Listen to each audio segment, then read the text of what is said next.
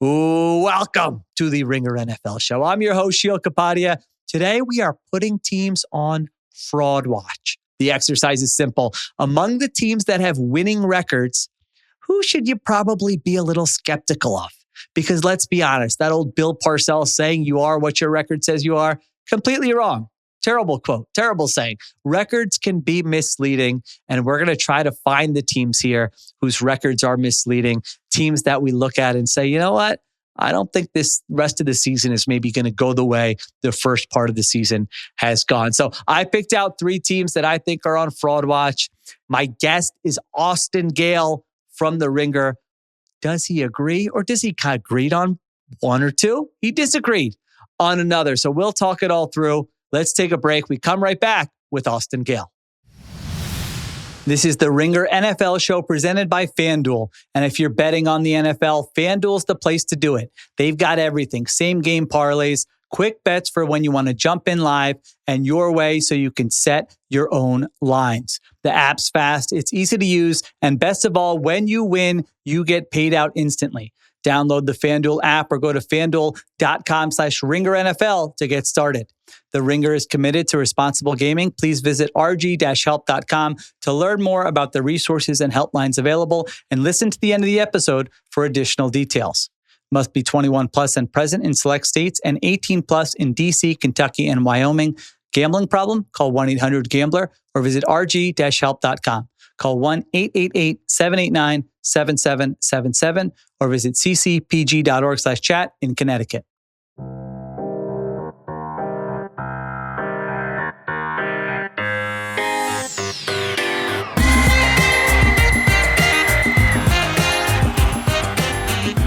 All right, we are back on the Ringer NFL show with Austin Gayle. Austin, I'm starting us off here. We're doing fraud watch. I got 3 teams, and the Chicago Bears. You are on fraud watch. You're 4-3. You're in the mix for a playoff spot. Austin, I see some pretty glaring red flags with this Bears team. And I think the biggest one is I'm looking at their defense and how much they've benefited from turnovers. I was digging into the numbers today. No team in the NFL over the last 5 years has benefited more from turnovers in the first 8 weeks of an NFL season. Now, I understand turnovers are good. Every coach, they tell us all the time, you got to get turnovers, win the turnover battle. But there's also a randomness to them. And when you look at the Bears defense, it kind of stinks when they're not getting turnovers. Like any metric you want to look at, it's like a bottom 3, bottom 5 unit. I think that's going to eventually catch up to them. And from what I've seen with the offense, there's not enough there where you can say the offense is going to make up for that. Now, maybe it'll get better, and it will, but the point here is that if you have like a mediocre offense and you have a defense that is only good when it's getting 3 turnovers per game, that's not a sustainable recipe for success in the NFL. So I've got the Bears as my first team on fraud watch. Where are you with Chicago? I think it's fair. I mean, I don't even know if they have a winning record. They're 4-3, but I don't know if they even necessarily believe they're true contenders this season. I'm glad you brought up the turnover stat. They lead the league in turnovers with 16. They've had 15 in their 4 wins, and they've had 1 in their 3 losses. And a lot of that, I mean, you play Geno Smith, he's going to give you some turnovers. They played Spencer Rattler outside in the rain, kind of a sloppy, windy game. That's going to happen as well. And obviously, turnovers are pretty noisy. I think turnovers is a piece of this. And when you look at the defense overall by most metrics, it's one of the worst defenses in the league. They rank 22nd in yards allowed per drive, 25th in points allowed per drive, 31st in success rate. Only the Dallas Cowboys, we know, have maybe the worst defense in the league. Only the Cowboys rank lower than them in terms of success rate. And I think beyond just the turnovers and the pluckiness, and I know they've had some injuries, not having Tyreek Stevenson has been rough for them, but they can't create pressure. Right? It's Montez Sweat is by himself along that defensive line that can actually create edge pressure. Gervon Dexter has been fine, but not really much more than that. They're ranked 28th in the NFL in pressure rate. And I like splitting out pressure rate into when you're only rushing 4 and when you are rushing more than 4. When you're trying to blitz and trying to create pressure, they're 28th when they're rushing 4 and 26th when they're rushing more than 4. They've really struggled against the pass, 29th in net yards allowed per pass. I think what saved them in some of these games, and it's another noisy metric, and when you're looking for frauds, teams that maybe have winning records or won some games that you didn't expect, but they're probably not deep postseason contenders, I think turnovers is one. The other one is like third down conversion rate. They rank second in the league in third down conversion rate allowed on defense, which like when you look at the rest of their defense, have been pretty bad. The Bears fans who are not just looking at this season and trying to figure out where this team is going to go in the Ben Johnson era with Caleb Williams, it comes down to like, do you believe in the offense? And I'm interested in what you think of how the offense has come through, 7 games this year. And honestly, like where your take is on Caleb Williams now that we have 7 games with him and Ben Johnson. I think Ben Johnson is still scheming it up pretty well. You kind of see that every week. Even last week, they had a great screen call at like a key time in the second half against the Ravens where you're just like, that's a great call. That created an explosive play. They've gotten the run game going, I think, over the last, 3 weeks or so.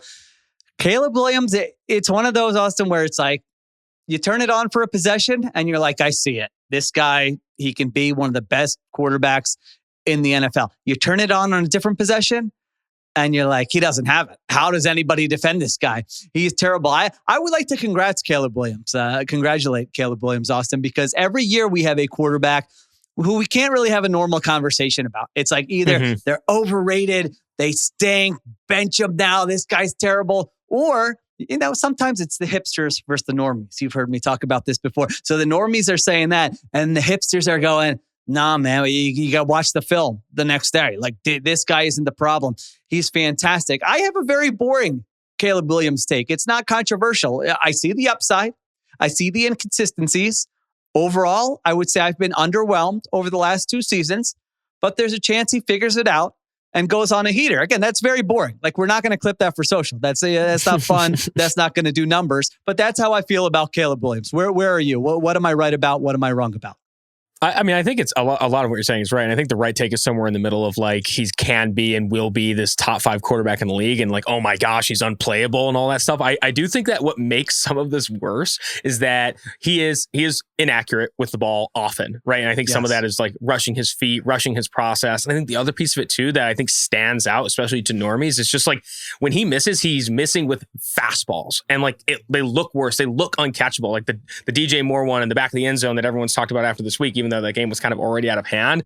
Like an inaccurate pass that isn't throwing like 150 miles an hour, I think has a different reaction than when like Caleb Williams is missing these passes and they're flying by guys and they almost look, again, like even uncatchable if they hit a receiver in the hands. I do think that he needs to figure out how to like calm down in the pocket. I think that when he's in these high pressure moments, I don't even think necessarily when he's pressured, because I think when he's pressured, he has a ton of like crazy confidence. And you see that there was that one DJ Moore throw, a different DJ Moore throw in that game where he's like crazy off his back foot, flings it up. DJ Moore catches it one hand. Like, I do think that he has a good amount of, I think it's when these moments, there are a lot of pressure in the moment, right? Where I feel like he needs to rise to the occasion, be the best guy. And I think that's where he's only played in the league for a year and a half now. I think another number 1 overall quarterback, Trevor Lawrence, who I think has had a very long leash in terms of criticism versus normies and hipsters and all that stuff. And it's like Caleb Williams and Trevor Lawrence. I feel like it's the same conversation we're going to be having about both those guys. Yeah, I think the key difference is Caleb is obviously still in the second year of his career, and I think he has a little bit more talent, specifically with his arm, how alive his arm is and the kinds of throws that he can make than Trevor Lawrence does. And I think that's what also has a lot of people holding out hope and expecting more of Caleb Williams. I think going into the season, a lot of people want to see him take this step with Ben Johnson. He has weapons. Rome Odunze, DJ Moore, it should be there. It has to be said too, the offensive line hasn't been great. They've had to start Theo Benedict at left tackle. They started with Braxton Jones. The interior has injuries. I do think that Chicago needs to tool up the offensive line. Obviously, they're avoiding injuries there. Like, it's not all on Caleb Williams, even though as much as we want it to be, and I think a lot of fans want it to be like, it's Caleb Williams, he's the problem. I think Caleb Williams and this offense, even though I do think that they're frauds in terms of being deep postseason contenders, mostly for the defense, and that this offense isn't going to all of a sudden be like game breaking at the end of the season, at the second half of the season. They have some easy games coming up. I think over the second half of the season, you continue to see this like roller coaster with the team, but over time, I do think it's trending up. And I'm honestly already kind of really looking forward to year 2 of Caleb Williams and Ben Johnson together.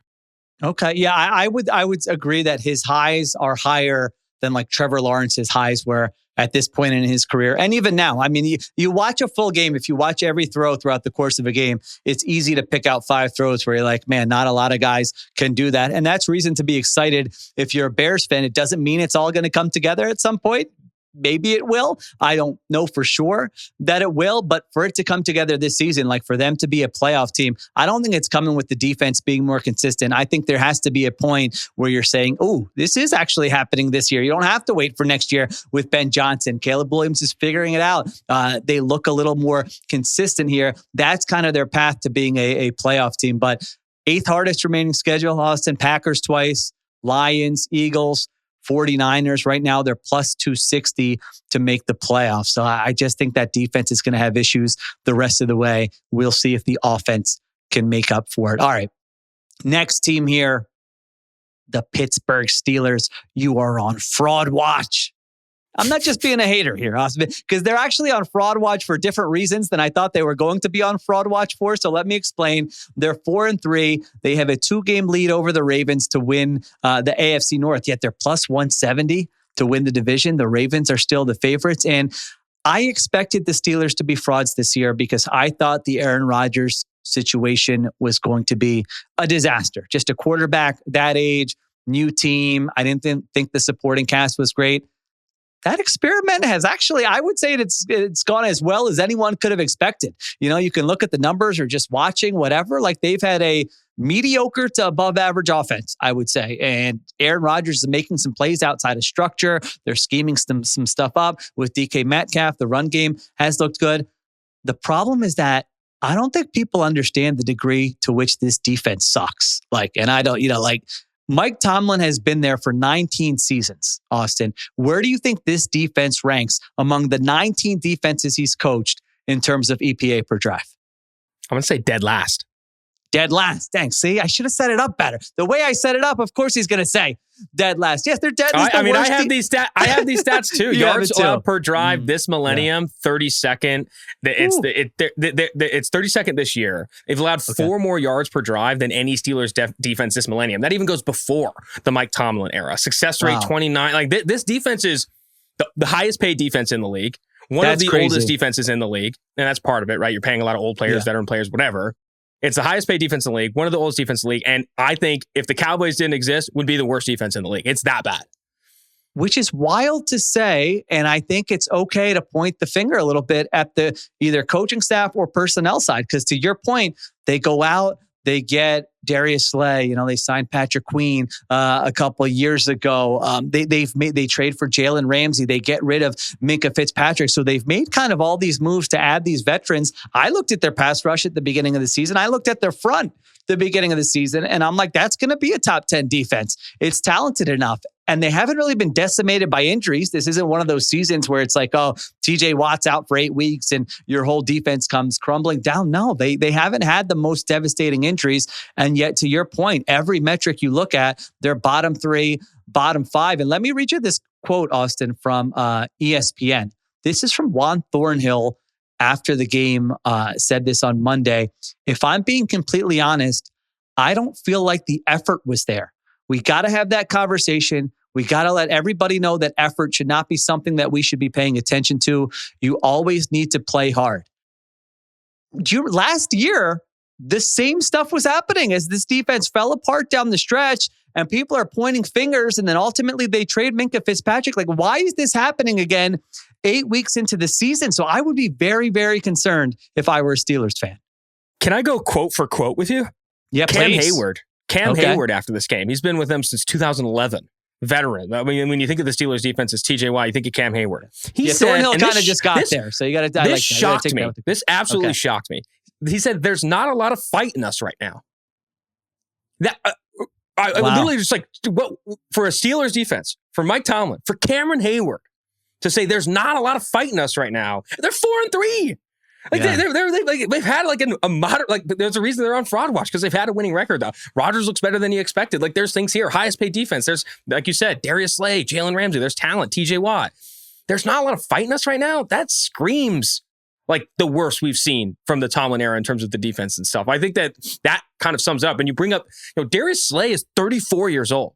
I think of any position in the league, once you turn 30, how quickly it can fall off for you. Of the positions we've seen retire at halftime or retire in the middle of the season, it's always usually a corner. It's Vontae Davis. It's Xavier Howard this season, I think, retired after a game. Corners know. Like I think there's like the corner secondary too. Like some corners make this transition after 30 to safety. Or you saw that with Charles Woodson. Other corners have done that in the past. Richard Sherman, I think, tried that late in his career. But if you don't, and you're 31, 32, 33, sticking at corner, you age like milk, man. And it turns like that. And I think you've seen that with Darius Slay. Jalen Ramsey has played pretty well this year, and he's only 31. He just turned 31, I think, this month. But Darius Slay, I think you've seen it. Joey Porter Jr. has been hurt and banged up a little bit, but I don't think he's played well when healthy either. They just lost Deshaun Elliott, the safety. I don't know how long he's going to be out. I think it's a bone bruise. They've had some injuries, but I think the quotes, like you're saying, I didn't see the Juan Thornhill quote, but like, oh my God, Cam Hayward, the leader of this team, guy who's been through like the last 10 plus years of these defenses, to say there's not fighting us right now. That screams to me like this Steelers team already knows, even at 4-3, that's going to be hard for them to overcome. I did have some stats for Rodgers and then the offense, because I agree it has looked better, but like this is a complete phony, ridiculous offense. It doesn't. You don't think it's sustainable? Okay, not at all.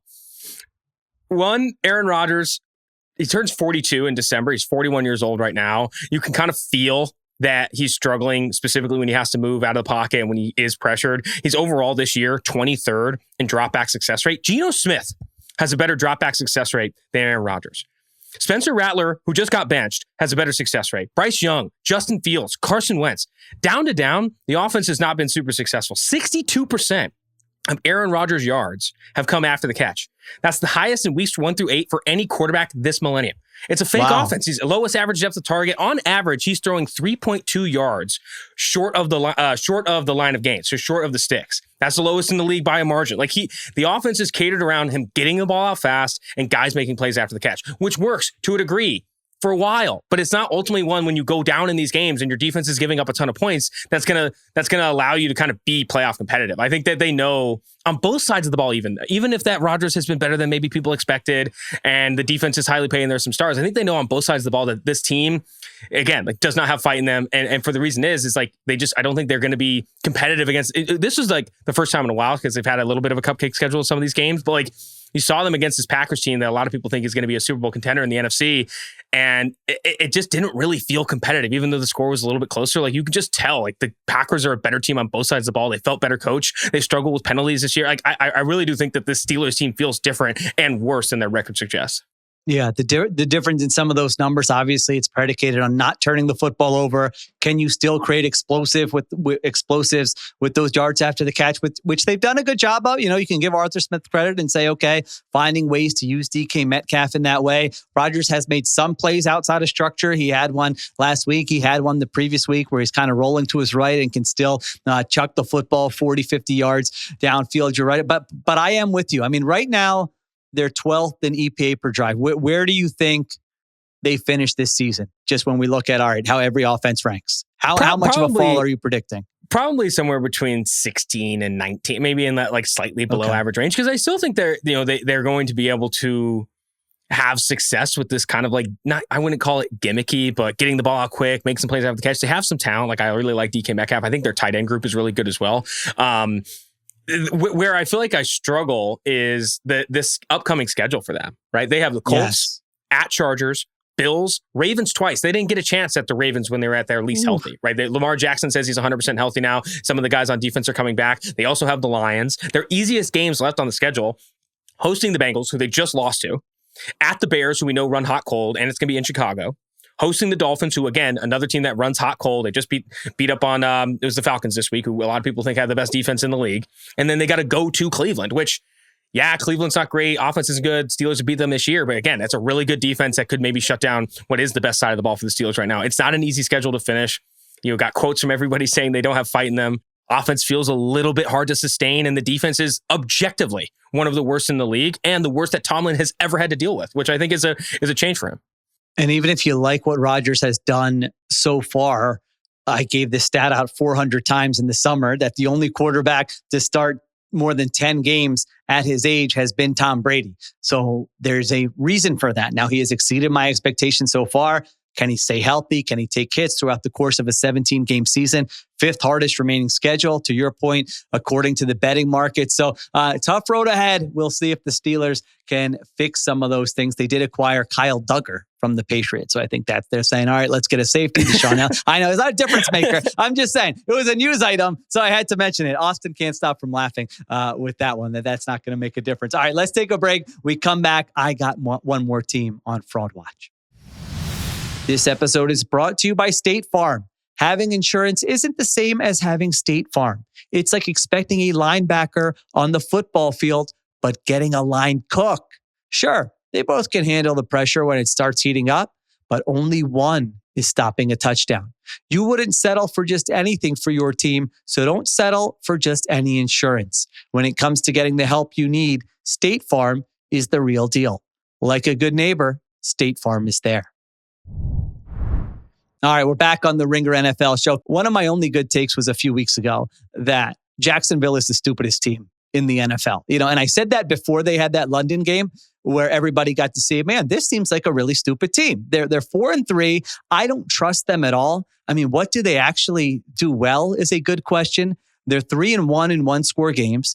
They're third in turnover EPA. You watch them, you see Trevor Lawrence being inaccurate with the football. You see drops by their wide receivers. You see penalties. I mean, they're averaging 9.3 penalties per game, the most in the NFL. They lead the league in all the stupid stuff. And I don't believe in them. I don't believe those, the defense has been better than I was expecting, but still it's a lot of turnover luck stuff. And I just think this is another team, despite being 4-3, despite being minus 132, Austin, to make the playoffs. So the betting markets are telling you they think this team's getting in. I don't think it's happening. I think they're frauds. Are you with me, or do you have a little more belief in the Jacksonville Jaguars? I think I believe in the Jags more than I do either of the other teams on this fraud watch here. I think so the one Bears, team out of three to make the playoffs. You're going Jags.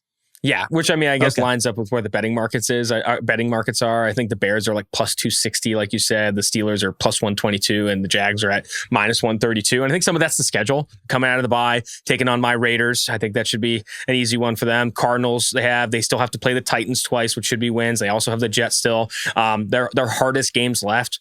Texans, Colts twice, who have been a wagon this year, Chargers and Broncos. I think the positives for me are I do believe in Liam Cohen as a coach. I do think that even though they've been pretty bad with some of the stupid stuff, like you're saying, the turnover luck's there, but also like they lead the league in penalties per game. They lead the league in drops going into the bye. He does this thing every single week where he puts up like who the like key game wrecker, who's going to mess us up this week. Who on our opponent is going to game wreck us this week? And going into that Rams game, he used a picture of the Jaguars logo. And it was because like they know they're beating up on themselves. They're dropping the ball a ton, miscues between Trevor Lawrence and his receivers, penalties everywhere. They have to clean that stuff up.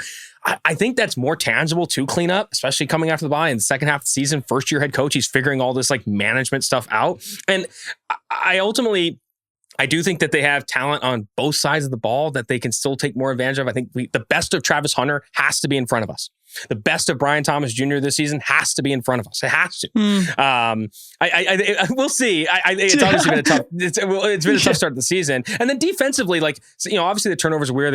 I think they're second behind the Bears in turnovers forced this year, which again, it's another lucky stat. But I do think they have some talent on that side of the ball. Josh Hines-Allen, Trayvon Walker, like Devin Lloyd. This team needs to stop shooting themselves in the foot. And if they can do that, especially with the schedule that they have remaining, I do think they can be competitive in these games. The other thing too, I meant to mention this at the top, Liam Cohen's effect on the run game in Tampa Bay, I think was under discussed because everyone obviously focused on the Baker side of it and him revitalizing Baker and that passing offense, blah, blah, blah. But he really he quietly turned the Bucs into a very good rushing offense with Bucky Irving and Rashad White. And I think in Jacksonville, I think they have a top 10 rushing attack by EPA per rush. You've seen some of the explosives with ETN. I think that's going to continue. I think this offense can get better as it starts with the drops and the penalties. And then defensively, still talent on that side. I believe in the DC. I don't know. I think overall, the Jags, do they play down to their opponent? Do they make mistakes you wouldn't believe? And is Trevor Lawrence generally pretty inaccurate and kind of similar roller coaster to Caleb Williams? Yes. I still think the sum of the parts are a lot better than what we have in Chicago right now and than what we have in Pittsburgh too. I would agree with you that Liam Cohen, the scheme stuff that he did in Tampa has carried over. I think he has done a good job in terms of offensive scheming. Now, I do feel like he's one of my favorite new characters in the NFL because he feels like a bit of a loose cannon when you watch him gesturing to Trevor Lawrence with his inaccuracies, or when you see him telling Robert Saleh, keep my name out your mouth after a game. Like, he is a very entertaining guy. Is that built for, is there a situation this season where he's just MFing, him and Trevor Lawrence are just MFing each other as they walk? Yes, I think that's in play. There's a lot. It's a highly volatile situation where I am with you. I do think it is as simple as if they stop doing stupid stuff, they could actually sneak into the playoffs as a wild card team. But when I watch them, I see no signs of a team that's going to stop doing stupid stuff. So maybe I'll be wrong there. So it does feel like that classic team. Yeah. There's always that team in week 18 that's favored, and that if they win, and they're going to go into the playoffs. Their destiny. Like, they just need to win this one game, and they're even resting starters on the other side. This player's hurt, and then they somehow just fumble it. It does feel like that's this team. At the end of which makes me maybe that makes them frauds, but I don't know. I still feel like I'm buying the Jaguars more than I am buying the Steelers this season, or I'm buying the Bears this season. Because I think I'd be more shocked that in January, if the Bears had a playoff win, or if the Steelers had a playoff win, than I would necessarily with the Jags. It's such a good call. It's going to be week 18. They're going to be 10.5-point favorites. It's going to be like, the Ravens or the Texans can get in if they win and the Jaguars lose. But what are the odds of that happening? And we're going to have both games on. It's Titans at Jaguars week 18. Oh, this is perfect. What a call. That's going to be We're playing this back in January. That is absolutely the destiny of the 2025 Jaguars. I actually feel like the Steelers. If I had to pick one of these three teams, the Steelers would find some way. They have a lead in their division to just kind of sneak in. Not that I like them. We just made the case for why they're frauds, but I think I have a little more trust in them, especially at plus 122 versus the Jaguars at minus 132. I think the friction I have, real quick on the Steelers, just that last thing. Because I think I've heard this a lot on the Bill Simmons podcast as well, where I feel like we have a lot of this in us of the Steelers just kind of always find a way. Like, they have this fumble, or there's this big defensive play or strip sack. Our brains are not catching up to this Steelers uniform. Let's throw out the one they wore this previous game, but the Steelers uniform being bad on defense. And I think we're catching up to that. True. It's like, oh my God, whoa, the Steelers defense isn't good, and it's not going to come up with these big plays, and they're down 2 scores already. I feel like the luck boxing that they get that has helped them in these stretches where you feel like they grind these stuff out, it's not there if you're getting ran up and down the field. Some of these underlying metrics, yards per drive, points per drive, all that stuff. I don't know. Now, if they do make the playoffs, they do have a playoff win. Unsung here, not unsung, but Chris Boswell, man, one of the best kickers in the league. He's a monster, dude. So reliable. I feel like the Steelers are the best. You are right. A lot of those games felt like, all right, TJ Watt with a strip sack, or, something defensively, a guy making a play where their offense didn't have to do anything. But you're right. That's not this team. That hasn't been this team. Maybe it'll turn. Yeah. Maybe they'll figure something out, but it doesn't look that way right now. All right. Austin Gayle is not on fraud watch. There you go. Nailed it there at the end. Thank you, Austin, so much for joining me. I'll be right back with the Hurry Up. All right, the Hurry Up is our closing segment where I give you a take on news in the NFL. And on Tuesday, we learned that Lamar Jackson is set to make his return Thursday night against the Miami Dolphins. This is such a fascinating stretch for Jackson. He is a 2-time MVP, still chasing that Super Bowl. It felt like coming into the year, the Ravens were Super Bowl favorites. They were a popular pick. Now they're 2-5. Yet, as we mentioned earlier in this episode, they're still the favorites in the AFC North. So I'm looking ahead and thinking, can Jackson write another chapter to his legacy here? In other words, even if he's less than 100%, can he find a way to play well and go on a run? Does he need to change the way he plays if he's limited with that hamstring injury? Is it just pocket Lamar, just dicing up defenses with his arm? It's always interesting to me when great players get put in situations like this. So that's one scenario. The other scenario is that it doesn't happen. And we just realize it's full year from hell mode for the Ravens. Even though this season hasn't gone the way Jackson would have liked, both those scenarios are in play, which is why I think he's one of the most intriguing players in the NFL for the next 10 weeks, starting Thursday night in this game against the Dolphins. All right. Appreciate everyone listening. Thank you to Austin Gayle. Thanks to Christopher Sutton for producing. Kiera Givens on social. Additional production supervision by Conor Nevins and Arjuna Ramgopowell. I'm Sheil Kapadia. We'll talk to you tomorrow on the Ringer NFL Show.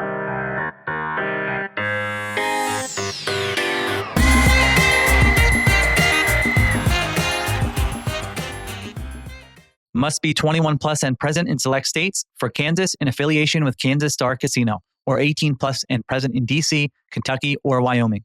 Gambling problem? Call 1-800-GAMBLER or visit rg-help.com. Call 1-888-789-7777 or visit ccpg.org/chat in Connecticut or visit mdgamblinghelp.org in Maryland.